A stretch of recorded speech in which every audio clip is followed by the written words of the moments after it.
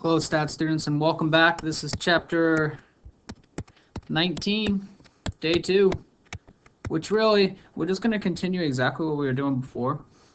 Big thing for today is we want to know how to do a hypothesis test from the very start, and we're going to use something known as a p-value approach, which is just going to be our method of either rejecting or failing to reject the assumed parameter. So, of course, the first thing, we're going to kind of go through these steps decently fast, okay? The first thing that we need to do is to identify the parameter. So we've done this kind of stuff before, you've seen this stuff here. Okay, make sure you identify it. It's pop, prop. We've only done p and p hats so far. And then you want to name the type of test. Again, so far we've only done one proportion, okay? But this is different right here, okay? We've done z int, right? That was for a confidence interval. Now we're going to do a test. Okay. Of course, if we're saying z here, right, that should set you up like we're thinking normal model. We are. Which means, oh, if I want to use a normal model, you better be checking conditions for a normal model. Okay. Which you should know those by now, right? SRS, NP, and N1 minus P better be greater than or equal to 10% condition, right? Less than or equal to 10%. We've done all that stuff before. This is the big one from last time. Write your HA and your null. Okay. And then after that, we get into the significance level. That's alpha. So I need this written. Alpha equals some percentage. Remember, kind of a general one is 5%. If I don't tell you, you need to be using 5% right here. Okay. All right, after we get all that done, then we calculate the test statistic. So here, remember what we're doing here now. Once you prove that you could do a normal model, we got this assumed value here, right? This is the assumed, this is the H null. Okay, that's a null, not an A, that's a null. Here we have that. Now we have some value here, right? We have a value. We have a p hat value. Well, what do we usually do with that? We created a z-score. Okay, we created a z-score, which of course I'm going to definitely want you to do here too. How do you do a z-score? Well, that's the statistic minus the parameter divided by the standard deviation of the statistic. Okay, of the statistic. After we have that, we usually, right, I mean, if I draw another one, right, I could draw one of these curves, but I already have 3 of them down here. After we have these, right, we need to find the area, okay, and that's our p-value. Well, here when I have this test statistic sitting over here, the area is this little red spot shaded in here, right? This is the p-value. This is the p-value. These two are known as one-tails, or one-tailed tests, because they only have a single tail. Well, when would you get that? Well, when you have a alternative, right, that is greater than greater than, for this case over here, this is greater than, and then we have the less than case sitting over here. Okay, that's not so bad. Really, it's not. Now, there is the case where I say not equal to, which case it becomes a two-tailed test. Okay, it means I need a little bit more bang for my buck because my p-value becomes much bigger. Okay, because I have both tails. But in general, calculate the statistic, find the probability of the area outside, okay, the norm there.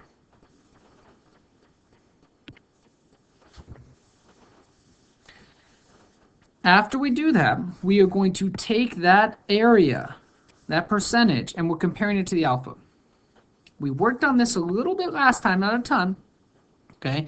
But remember that we're doing a couple different things here. When we're doing this, we're thinking about what the p-value is. The p-value is this little area out here. Percentage here is the p-value. So if this area is large, right? If it's large, that means that it is pretty close, right, to the assumed. Like this would be a huge p-value that I'm kind of coloring in, right? So my test statistic right here, right, that thing would yield a big p-value. if the p-value is big, I don't think that the assumed value, I don't think this assumed value is wrong. So what I would say there is I would say I would fail to reject HO. Okay. And if I say I fail to reject HO, then I say there is insufficient evidence that HA is true. Okay, that would be the case, right, if the p-value is greater than alpha. Now, if the p-value is less than alpha, we think that that's a tiny percentage chance. So I reject HO. There is enough evidence to support that HA is correct. So I conclude HA. Okay. Now this is a little bit hairy until you see it actually written out in an example, but it is important for you to note in your, or highlight, that we use the words insufficient and sufficient. Okay? Insufficient and sufficient. We want to stay away from these proven and not proven. We can make these claims, okay? But we can never actually accept H no. Can't accept H no. Okay, we always just fail to reject it. Okay, so what are we going to do today? Well, that was for general stuff. Now we're talking about P. Okay, oh, it's a one prop then z-test. Okay, we talked about that a little bit earlier. We use P in standard deviation and conditions. That's easy. That shouldn't be hard. We talked about these conditions earlier. Okay, one thing I will point out, if I can highlight it here, is that this is a P, right? And so is this. Remember that that P value, right? So maybe I'll make like a pre-highlighted thing over here. That P value, we know P, right? That is the assumed value, okay, or accepted. So we use that to check everything, okay? Then we state our hypotheses. That's okay. That shouldn't be that bad. We make a test statistic. I'll just remind you here that this one is the standard deviation of the test, or the standard deviation of the statistic, okay, of the statistic. Well, how do you get that? Well, we've done this a couple times. It's this one right here. Okay. It is a standard deviation, not a standard error, because you will be allowed to use P, because we'll know it. Okay. Then after that, we'll be able to find the p-value, and it should be okay from there. I don't think there's a whole lot left here to talk about. I think I want to go ahead and get into the examples. So I'm on example 4. Okay, I want you to take a second. You got to read through the problem first. Okay, try to identify some of the numbers and some very important things here. Okay, now that you've paused the video and you've had a chance to actually read through the problem, okay, I'll read it. So we got Orby Red and Poppy claims that only 2% of his kernels of corn fail to pop. Great, so this is popcorn. Only 2% of the kernels should fail. A competitor believes the company is falsely advertising and tests 2,000 kernels. Okay, the premise of the problem really sounds pretty simple. There's a guy who claims something pretty good, and a competitor is coming out and saying, no, you're a liar. Okay. So he wants to test it. Okay. 44 kernels failed to pop. Okay, of the 2,000 that the guy tested. Do the results provide sufficient evidence? This is a huge claim here, right?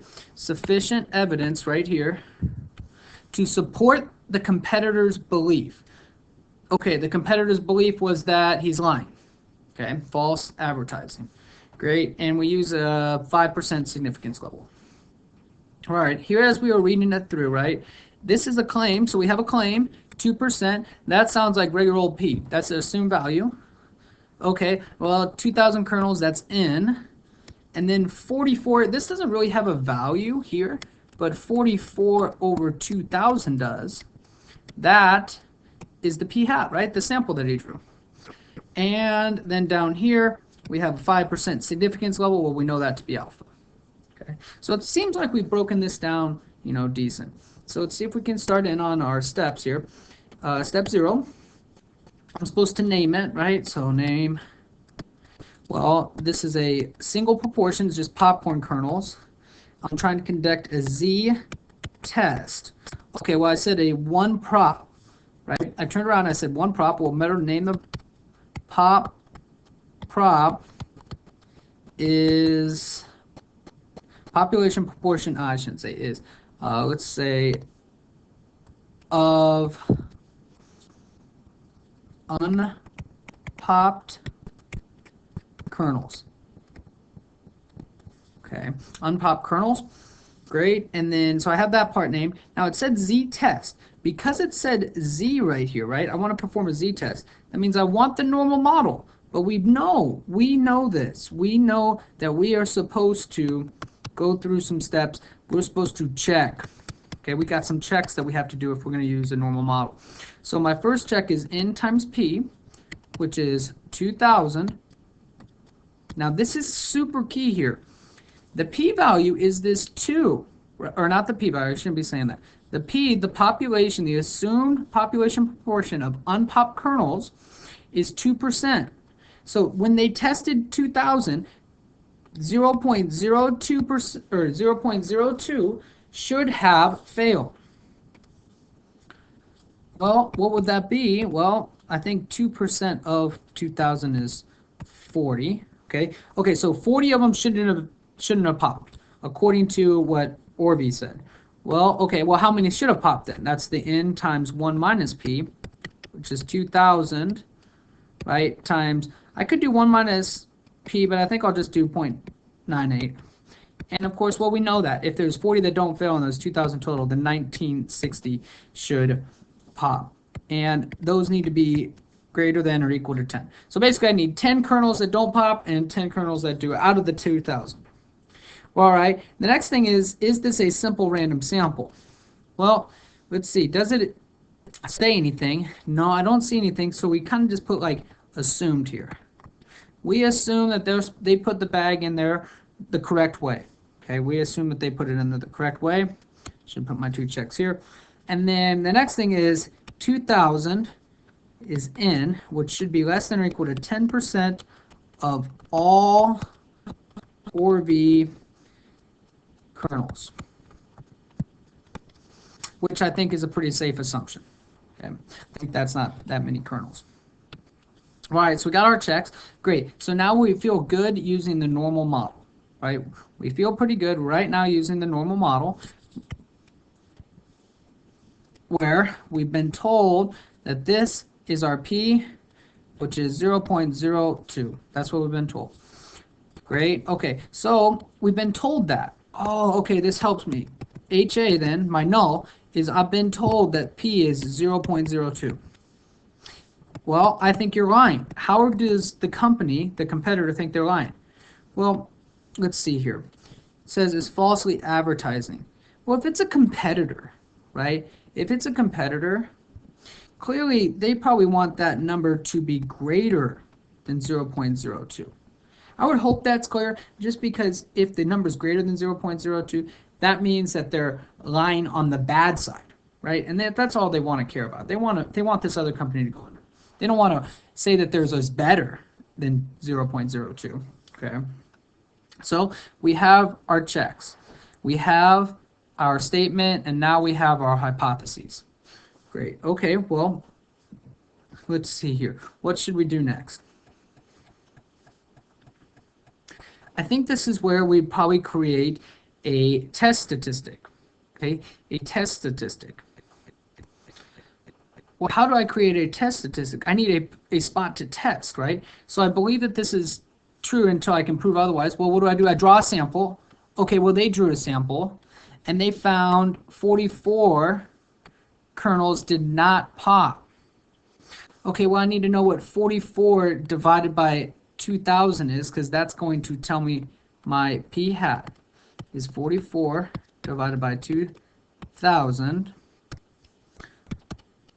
Okay, well, I got to do a little bit of math here. I think that comes out to be 0.022, okay, which according to my little diagram over here, that would be 0.022. That's my p hat. Okay. Great. Now, I'm about to test it, right? I am going to test this, well, what would I do? I'd want to find the area that sits outside here. Okay. Now, of course, that area is going to be used to compare it to something. Oh, what do I use to compare it to? That is my significance level. So I need to state that. I need to state what I'm going to compare it to. So I say the significance level is alpha equals 0.05 for 5%. Okay. All right, now I feel like I'm ready to actually calculate the test stat, right? Well, the test statistic would be a z in this case because I'm using a normal model, and I use my p hat minus my p divided by the square root of p times 1 minus p all over n, which we've done this before. You should know this. You should know this stuff, okay? It's not like I'm saying anything new here. And now I just plug this stuff in, right? I just plug this in. So I would have z equals 0.022 minus 0.02 divided by the square root of 0.02 times 0.98 all divided by, oh, how many did they take? Well, 2,000. Okay, and now I think this would be a great time, pause the video, maybe calculate that test statistic on your own.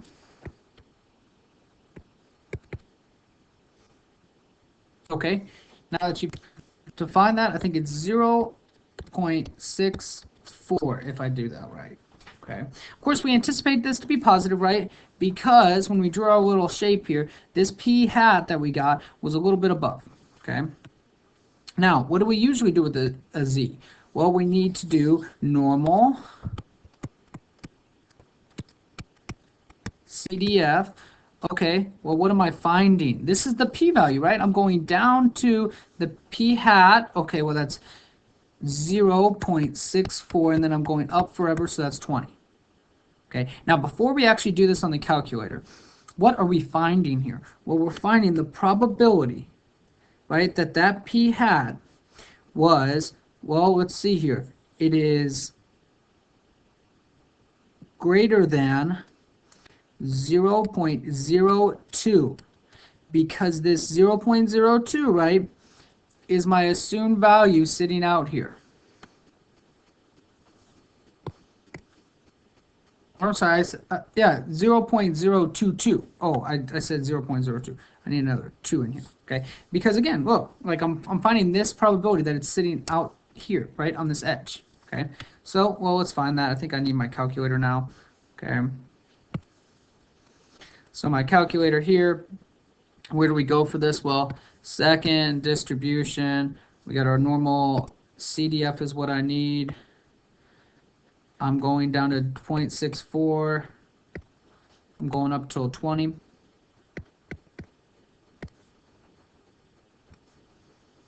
And we get 26.1%. Now, when we're thinking about this, 26.1%, that seems, I mean, decently high, right? So let's write that thing down. It's 26.1%. That means, according to my little drawing here, that there is 26% sitting under here, which really means that this line is probably a little closer to this p-value. Or this, I shouldn't say p-value because it's going to confuse you. This proportion, this assumed proportion value. So, as I'm looking at this, oh, that probably means that I should take this and compare it. That is my p-value, and I need to compare it to my alpha value. Well, in this case, 26.1% compared to 5%, I think that is clearly bigger than. So if it's bigger, that means that my sample value was close to the assumed, which means I have to reject. Oh, of course, I'm confusing myself here. I have to, if it's close to it, right? If it's pretty close to the assumed, then I have to fail to reject H null.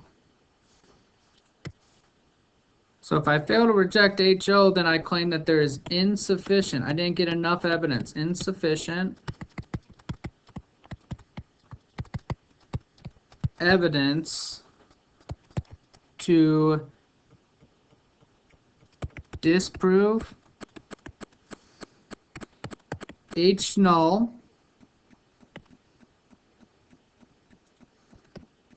that Orvie is popcorn. Orvie's what? Fail rate is not 2%. Okay. Specifically, right, I could not say just not 2%. I could say is greater than 2%. Okay, which is actually what we did. That'd probably sound a little bit better.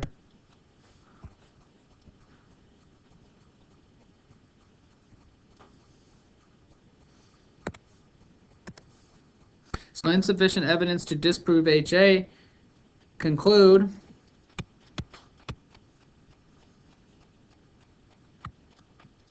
Orvie's fail rate is not less, or not less, it's greater than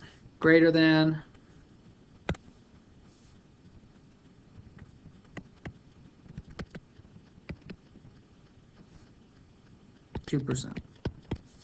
Okay, and there we have our first example. Right. Now I did kind of struggle a little bit through that.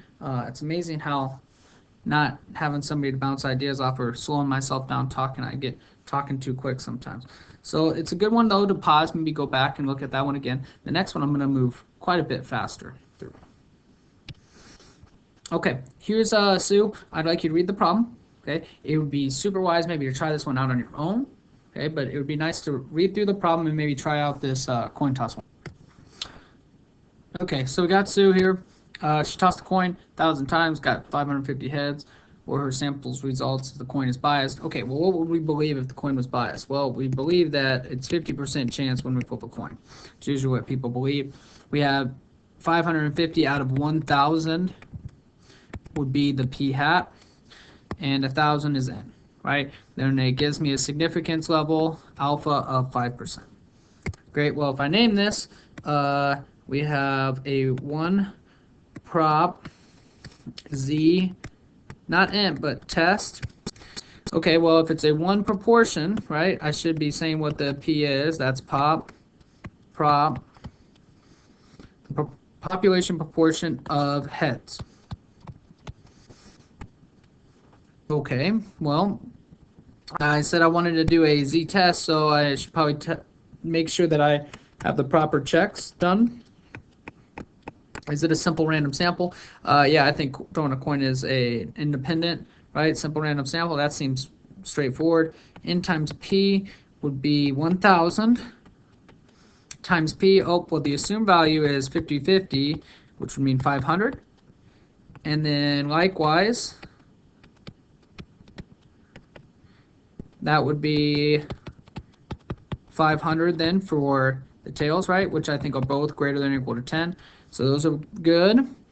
And the last thing is, okay, well, is 1,000 less than or equal to 10% of tosses with that coin, right? That coin that she has, which, again, I think that's a safe assumption. Well, okay. Then what do we go from there? Well, I just checked to make sure that we could use the normal model, right? So again, I mean, if you don't have to draw these pictures, but I do think based on your previous knowledge, it's helpful. Right here, the p-value is 0, or not the p, the proportion assumed is 50%, okay? Well, normally we draw like a line somewhere, right? We draw another line here. Oh, well, that means that I need a p hat. Well, the p hat is 550 out of 1,000, which comes out to be, what, 55%, right? That's 55%, which if I were to draw it on my little model here, that would be my p hat sits right over here, 0.55. Okay. All right, after we do that, we create the test stat, right? You have to write this formula down each time. So we have p hat minus p over the square root of p times 1 minus p all over n. This is a z. We already said that we could do this. So the p hat here would be 0.55 minus 0.50 divided by the square root of 0.5 all over 1,000. This is a great time. Pause the video. Make sure you know how to do this part here. Okay. Okay, now that you've tried it out, maybe I'll try to do it here. I think I might need some help with this one. 0.55 minus 0.5 divided by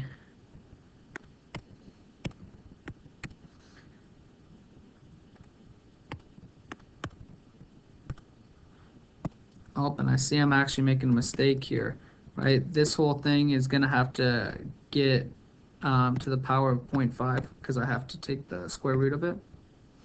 So I get a test statistics of 3.16, which hopefully you got to. Okay, I don't think that's hard. You can do that on your own. So I get 3.16 is my z.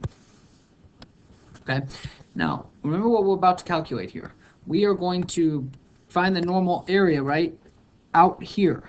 So we're finding the probability that the p hat is greater than 55%, okay, which is normal CDF of, that's 3.16 out to 20. Now, before we even do this, when we think about 3.16, is that going to yield a big number or a small number when I'm going from 3.16 to 20? You keep that in your own mind. We get here to normal CDF, right? Second vars, we go down to normal CDF. We hit enter. We got 3.16 to 20, just like we had before there. Running, I get 7.89 basically e to the -4. So let's see here. This is 7.89 e to the -4th, which is really means then this is 0.000789. Now be careful here. That was the value sitting out here on the edge, right? Now, there's one vital mistake that I made very early, okay, very early. And that is here when I did my checks, right? I did my checks here, and I went straight into my test statistic. There's one thing I forgot to do, which you probably did, which is, after I do the checks, I should have taken the time and written down my H naught and my HA. Well, the assumed value is that the proportion of heads would be 50. Well, what are we testing then for the alternative? Well, the alternative is that the coin's biased. Well, it would be biased if it gave a percentage different than 50. Oh, well, then this means that P must not be 0.5. Now, this is fundamentally different when I drag this out, because now it's not a single tail test like I have drawn, but it's a two-tailed test, which because it's a two-tailed test, we have to take our p-value. This is our p-value. And I have to, because it's two-tailed, we take 2 times the p-value, which then means that the real p-value now is 0.0016, which calculates to a 0.16% chance. We take that sucker and we're taking 0.16% and we're comparing it to 5%. Did I state that anywhere? Well, I didn't. I did state it up here, but I should have done it probably right here. Alpha equals 5%. You see how even if I forget something, as I step down through it and I'm making my checks, I hit it, which reminds me to go back up and write them down. Okay, well, this is clearly less than. If it's less than, this is a tiny percent chance, which means it's super unlikely, which means we shouldn't have gotten that, which means that maybe our premise was incorrect. Our premise was that it was a fair coin because there was P equals 0.5. Well, it must not have been fair. So I need to reject HO. There is sufficient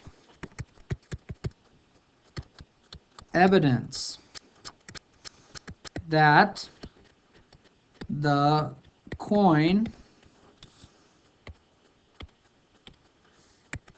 is biased. How do I know that? Well, because that's what our test was, right? That's what we did for our alternative. That is essentially what HA said, just not in words. Okay. And there you have your second example. Okay. This is a tricky one. Maybe go back, rework it. Okay, maybe really understand this idea of why I had to take the p-value times 2.